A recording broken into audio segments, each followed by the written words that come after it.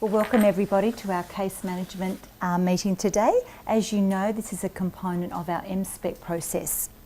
Our intervention today is to support our kindergarten teacher, Michelle Rodwell, with an interventional strategies that might support a little boy in her class called Cooper. So firstly, I'd like to introduce who is out on our team today. We have Michelle Heffernan, our reading recovery teacher. As I said, Michelle Rodwell, our kindergarten teacher. Vicky Davidson, our AP. Kylie Phillips, our literacy coach, and myself as our school principal. So now I invite Michelle Rodwell to share with us Cooper's literacy strengths, please. Well, I'll get you to open up to the documentation on page 15, and what I have done is first of all highlighted where he's working towards in relation to each aspect of the literacy continuum. So you'll notice that for most aspects he is working towards cluster 3, and for concepts of print, cluster 4. So I just wanted to situate Cooper within the literacy continuum for you. Now, he does present with many strengths, which I will take this opportunity to talk about. He is able to recognise and use beginning and final consonant sounds and the graphemes that represent these particular words in order to read. So he definitely can do that, but as I said, they're beginning and they're final. He can recognise with fluency some simple CVC words. He does attempt to write, when he is writing a word, one letter for each sound heard. We're slowly mastering that skill. He can understand the concept of a sentence in both reading and in his writing. He uses left to right directionality of print, and obviously with a return sweep, because he is currently reading a level 5 reader, and so he's reading over a number of lines. He is able to segment sentences into words, and he'll use that strategy in his writing. So when he's composing, he's able to hold on to the number of words without too much prompting that go within the sentence that he's forming.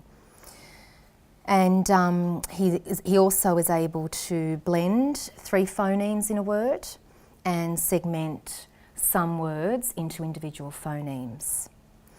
I've got here that he's able to identify syllables. Now, that is more than often when we are in a whole class and it's supported by his peers, and it's when we're by ear clapping out syllables.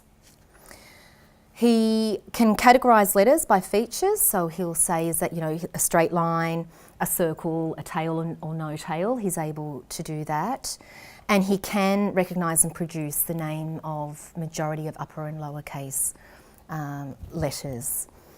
He identifies a word that begins with the sound of each letter. I've said that. He can recognise high frequency words and simple regular words with the support of meaning and language structure. And he reflects on language syntax by putting words together in phrases, and you'll notice that in his running records that he's able to do that. So there's some of the strengths, Joe, that he's able to, he does show in reading and writing and in whole class situations, modelled and guided teaching. Thank you, Michelle. We'll be able to use those strengths as helping you with some other suggestions for where to take him next. Michelle, I now invite you to talk to us about why you're here today. Well, there are a number of areas that I'm having trouble problem solving with Cooper. So often on paper his running records and his writing samples, which I'll talk to, he's able to show some form of growth. However, I just feel that there are some areas, perhaps around individual phonemes, that he's having trouble with, that I'm noticing in his reading and his writing. And so I thought I might talk about what I'm seeing on his running records, what I'm seeing in a phonology assessment that I administered, and also what I'm seeing in his writing. And I know I've only got a few samples, but I believe these mirror exactly what he's showing day to day and across the curriculum. So with his running records, what I am noticing is that an area that he's troubled by is his self-monitoring and his self-correcting, especially at a level 5. And I don't think I can move him forward into a level 6 or 7 unless a few skills have been mastered by him. Yeah. So he will use initial phonemes, but it's more than often the final phoneme that he won't be attending to, nor the medial phoneme when he is either at difficulty or at error, or when he is attempting to monitor for self-correcting. When he is blending his CVCC words, the hour digraph is causing him considerable trouble, and you'll notice that on his on his running record, and that level 5, and also in his writing. When he there's not much cross-checking of one piece of information with another during his monitoring when he is moving into self-correcting. He has trouble with varied saying verbs, and so what he'll do is, if he comes to the word shout or cried, it will always be said. So once the text has varied saying verbs, he will just pronounce said, and that will be prompting with check all parts of the word, and he'll just say said. Looking at short and long vowels when he's segmenting, and then looking at a split digraph, and you'll notice that with brave, he just isn't, and that is very typical for his reading across the board. Michelle, do you think that Cooper is actually listening to himself when he's reading? Well, I'm prompting that, but perhaps not, no. He does use, so if you look at his running records, I'll look at the level 5 running record, which is Matthew is brave. And if you look at I am run down the hill, and he didn't even pause at all for that. And so he did not use any form of syntax, one bit whatsoever, and didn't realise that. And that subject-verb agreement, had no idea about that. So probably not, Michelle. No. And he wasn't using the picture cue? No, of showing Matthew running down. No, he wasn't. Because as you can see, he's relying very much on the visuals. Yes, and not the meaning. Yeah, and with the visual, what I've noticed is that it's only what I call half strength. So he's only using initial phoneme. He won't actually be using all parts. So even though I've highlighted visual at error, it, I believe, is letting him down still. He mustn't know the SH. Or he doesn't know that, or he automatically goes to said. He just does. He goes as soon as he sees a saying verb, as in quoted. He'll just go into said, despite prompting. So that's around his reading, and then I looked at a phonology assessment that I administered because I just wasn't 100% sure about what he is applying in his reading and writing. And what I did was I started by looking at what letters and sounds does he know, and does he know how to write those.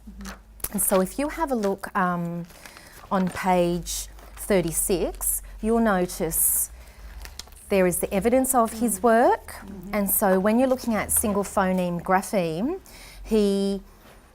there are a number of letters that he is unable to read or write. His letter formation, as you can see, many of his letters he's forming at the bottom. So you feel he needs more work with letter formation? Yes, yes. Top to bottom? Yes. And so he can tell me that that letter is the letter F. So you'll notice F there. And he'll transcribe with that letter formation there, but he will identify that that is the letter F. That for him is F. So they're the letters that he knows. You'll notice that he is unable really to write the letter E there, both long and short vowels. So I assessed him on both long and short vowels. And then you can see that, Michelle, he was able to read and write. But again, it's that application in the reading and the writing where I can see it in isolation, but at times I can't see that. It's not And then really you'll notice fluent. down the bottom these medial. Well, yes, yeah, that's right. He's if you're looking at his diphthongs there, no, he's not quite aware of those. And then, so that was the first part. And then what I did was I then started to look at what sort of phonemic awareness skills he's bringing to his reading and writing. And he was able to produce rhyme. That is a real strength of his, to be able to produce rhyme and discriminate between rhymes. And then when I got onto syllables, he wanted to collap every phoneme. When I asked him to, and I modelled how you look at a word and break it up into a syllabify, and he wanted to clap every So do you phoneme. think he knows the difference between a phoneme and a syllable, or does he still need work with? Well, I initially, before I assessed this, if I was just looking at observing him in the classroom, I would have said yes, that he was able to. And then when I utilised this assessment, it highlighted to me that he couldn't. And then when he's gone into his writing, and he's writing two-syllable words, he's unable to really hone in on the long and short vowel within a two-syllable word. And that was really evident in that particular questionnaire that you asked him. But also evident in the writing. Writing. Yes, yeah. So how much knowledge and explicit teaching has Cooper had with long and short vowels and open and closed syllables? Well, probably not enough. And I feel that perhaps reflecting on my own practice, that it may be majority of whole class. And I haven't tuned in and looked at guided teaching or small group instruction with Cooper around that. So do you think that might be a way that you could move forward with Cooper? With guided instruction, perhaps in that area? Definitely, Michelle, and that when I look at his writing, if I take you to his writing now, you'll notice that that is certainly where he's falling apart with the word robot. And obviously his medial vowels play there, and also over here where he's looking at saving, I'm saving for a tiger, again looking at that open syllable there, long and short vowels. And it's interesting here that he didn't actually pick up the ing in the writing, and he hasn't picked it up in his reading as well. No. So obviously I need to look at that inflection closer to... So are you thinking looking closer at the open syllables versus the closed, or...? Well, I think so, and why I'm thinking that is that if you look at his phonology assessment, I feel he's stronger with his short vowels. And not with his long vowels. So if I was then going to drill this down even further, it would be long vowel sounds and thinking about how they look within open and closed syllables. And working in a small group setting.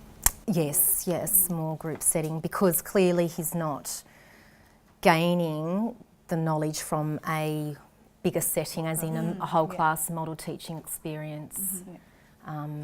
Which is, evident here in his reading and writing. And then when you look at, when I've asked him to produce a medial vowel in a word, he was only able to do that in one response. And if you have a look at skill number 9 and 10, item 3 confused him with bot, because what I found was he was using memory rather than reading the word. So when he went to look at that, and I had that word up on the whiteboard, he produced bat, then but, and could not produce b-ot for me. And the same with those open syllable types on skill 10, the 3 responses from item 2 to 4 there. So that's where I'm having difficulty with Cooper and his learning. Thank you, Michelle, and thank you so much for the thoroughness of the assessments. It certainly has put us in the picture of who Cooper is at the moment and how we can support him now in the future. So I'm opening up now to the team of any other suggestions that we might like to give Michelle in supporting Cooper and his learning. I'm only thinking with the reading, Michelle, perhaps that you could focus more on meaning prompts to build that strength and that cross-checking. The visual with the meaning, perhaps in his reading, because he's very strong, in the visual. But then again, there's a weakness there as well. Yes, yeah. So that might help with that. And probably a bit more work on open and closed syllables, so doing a fair bit of segmenting that in your small group instructions might help him, probably with a focus on those open syllables. Syllables, yeah. Just that explicit small group, maybe looking at flip books or even syllable sort activities. That's good. So I could probably, perhaps after teaching him, then Use consolidate that that as a consolidation in his afterwards. literacy group activities. Yeah. And if he is having difficulty hearing the long vowels, you might even want to use a phoneme foam or something to really help him clearly hear those how the sounds change, both in a long version and a short version of vowel sounds. And that'll probably Sounds. also assist him with the reading too, using that little... Monitoring. Yeah, learning. okay. Great. So Michelle, you've heard a variety of suggestions today. What suggestion do you feel would work for both you and Cooper? And what do you think might be your first priority now? Well, thinking about the suggestions, thinking about Cooper and the assessments that I have brought along to this meeting, I think it is long vowel sounds I'm going to have to concentrate on, with the intent of him being able to read and write open syllable types. Yeah, I think that would be my priority straight away. Okay. So can we help support you in turning that priority into a SMART goal, please? All right. Okay. So the intention is for Cooper to be independent? Yes, independent. Independent. Yeah, yeah. And we to be think- able to read and write. Yes, so read, yes, and write, because it's evident in both. yeah. So if it was only in one, then I would have said perhaps just read, or, reading. but it's in both. Yeah, yeah. How many weeks of intervention in a guided situation do you think you need to dedicate to Cooper and this particular goal? Thinking about his working memory and how that does impact on his ability to draw short-term memory to help, probably at least 4 to 5 weeks. Yeah, yeah. So how about we begin our SMART goal with maybe after 4 to 4 weeks, let's say, first of all? Yes. Yes, after 4 weeks of intervention. That Cooper will independently read, maybe using flashcards.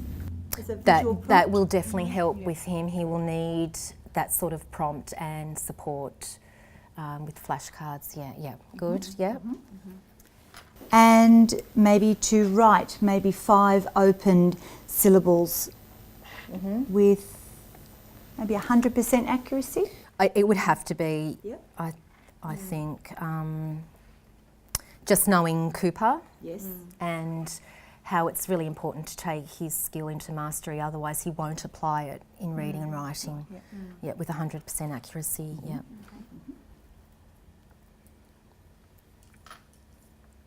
Do you think that's achievable? Yes, because it's 5. We're talking 5, and I'm thinking about the vowels that will go with those particular long vowel sounds. So I'll be teaching that, strengthening that, because he does come with some knowledge of some vowels, as you saw. So no, I do. I think that is achievable. Okay. Yeah, yeah. So Michelle, what do you think this might look like in your classroom going forward? Well, it's definitely going to be small group instruction, and I know that Mia and Tom could come with Cooper because they need some consolidation. Yes, so they could definitely benefit from this too. So it's taking those 3 students and thinking about Cooper, it would have to be daily. Yeah, or at least 4 times. Let's be realistic, 4 times, 4 times a week for that duration, and it'll be small group. And I'll definitely use the principle of I do, we do, you do in my small group instruction, and with that small group and utilising flashcards and the whiteboard. I think that's what it will look like. I will have to think carefully about what the other children are doing, because that takes, obviously that's hard too, to be able to think about, are they involved in high-end literacy activities? So when Georgia, our SSO, is in my room, I can certainly be using her to help monitor. Be a good time. Yeah. And so she's in around 10 o'clock. Right. So I could certainly have that time frame, and she's there 3 days a week. Georgia is. And you could fit that in with your literacy block? Yes, yeah. Okay, terrific. Thank you, Michelle.